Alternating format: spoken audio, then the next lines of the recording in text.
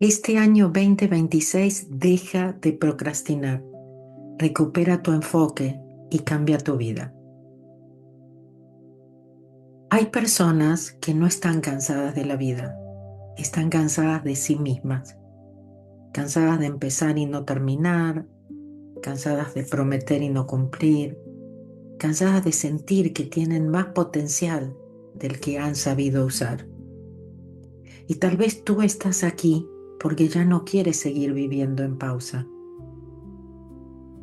Escucha esto con atención. Tu vida no cambia el día que entiendes más. Tu vida cambia el día que decides actuar.